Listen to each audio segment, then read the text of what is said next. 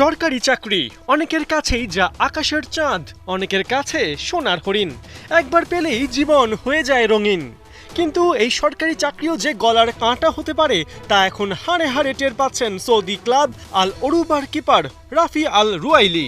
এমন কাণ্ড ঘটিয়েছেন যাতে তার সরকারি চাকরি তাকেই ডুবিয়ে কপাল খুলে দিয়েছে ক্রিশ্চিয়ানো রোনালদোদের। ঘটনার শুরু চলতি বছরের ২৮ ফেব্রুয়ারি সৌদি প্রো লিগে আল ওরুবার বিপক্ষে সেদিন মাঠে নামে আল নাসর। প্রতিপক্ষ দুর্বল হওয়ায় অনেকেই ভেবেছিল রোনালদোরা গোল উৎসবে মাতবেন, কিন্তু বিধিবাম, উৎসব দূর। ওই দিন রোনালদোদের হাতে হারিকেন ধরিয়ে দেয় পুচকে আল ওরুবা, আল নাসরকে হারায় ২-১ ব্যবধানে। এমন অপমান ঠিক মেনে নিতে পারেনি মাল্টি মিলিয়ন ডলারের ক্লাব আল নাসর।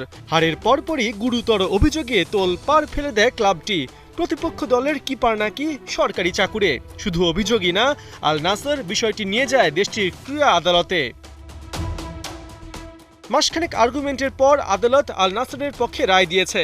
সৌদি লিগের নিয়ম অনুযায়ী কোনো প্লেয়ারই অন্য কোনো পেশায় যুক্ত হতে পারেন না, কিন্তু আল ওরুবার কিপার রীতিমতো সরকারি চাকরিতে নিয়োজিত। তাই আল ওরুবার বিপক্ষে ম্যাচের ফুল ৩ পয়েন্ট দেয়া হয়েছে রোনালদোদের। মূলত এই রায় এখন এএফসি চ্যাম্পিয়ন্স লিগে খেলার স্বপ্ন দেখছে আল নাসর। এএফসি চ্যাম্পিয়ন্স লিগ এলিটে খেলতে পারে সৌদি প্রো লিগের শীর্ষ ৩ দল। নতুন ৩ পয়েন্ট যুক্ত হওয়ায় আল নাসর এখন টেবিলের ৪ থেকে ১ লাফে উঠে এসেছে ৩-এ। পেছনে থাকা আল কাদসিয়ার চাইতে তাদের পয়েন্ট ব্যবধান ২। চ্যাম্পিয়ন্স লিগ এলিটে খেলতে হলে লিগের শেষ ম্যাচে আল ফাতের বিপক্ষে জয় চাই রোনালদোদের। সাথে আল কাদিসিয়ার বিপক্ষে আল হিলালের হার কিংবা ড্র কামনা করতে হবে।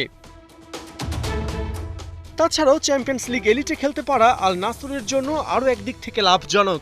এ বাহানায় রোনালদোকে তারা আরও এক মৌসুম নিজেদের ক্লাবে থেকে যাবার জন্য মানাবার স্ট্রং পয়েন্টও পাবে। পার্থ বণিক, ৭১।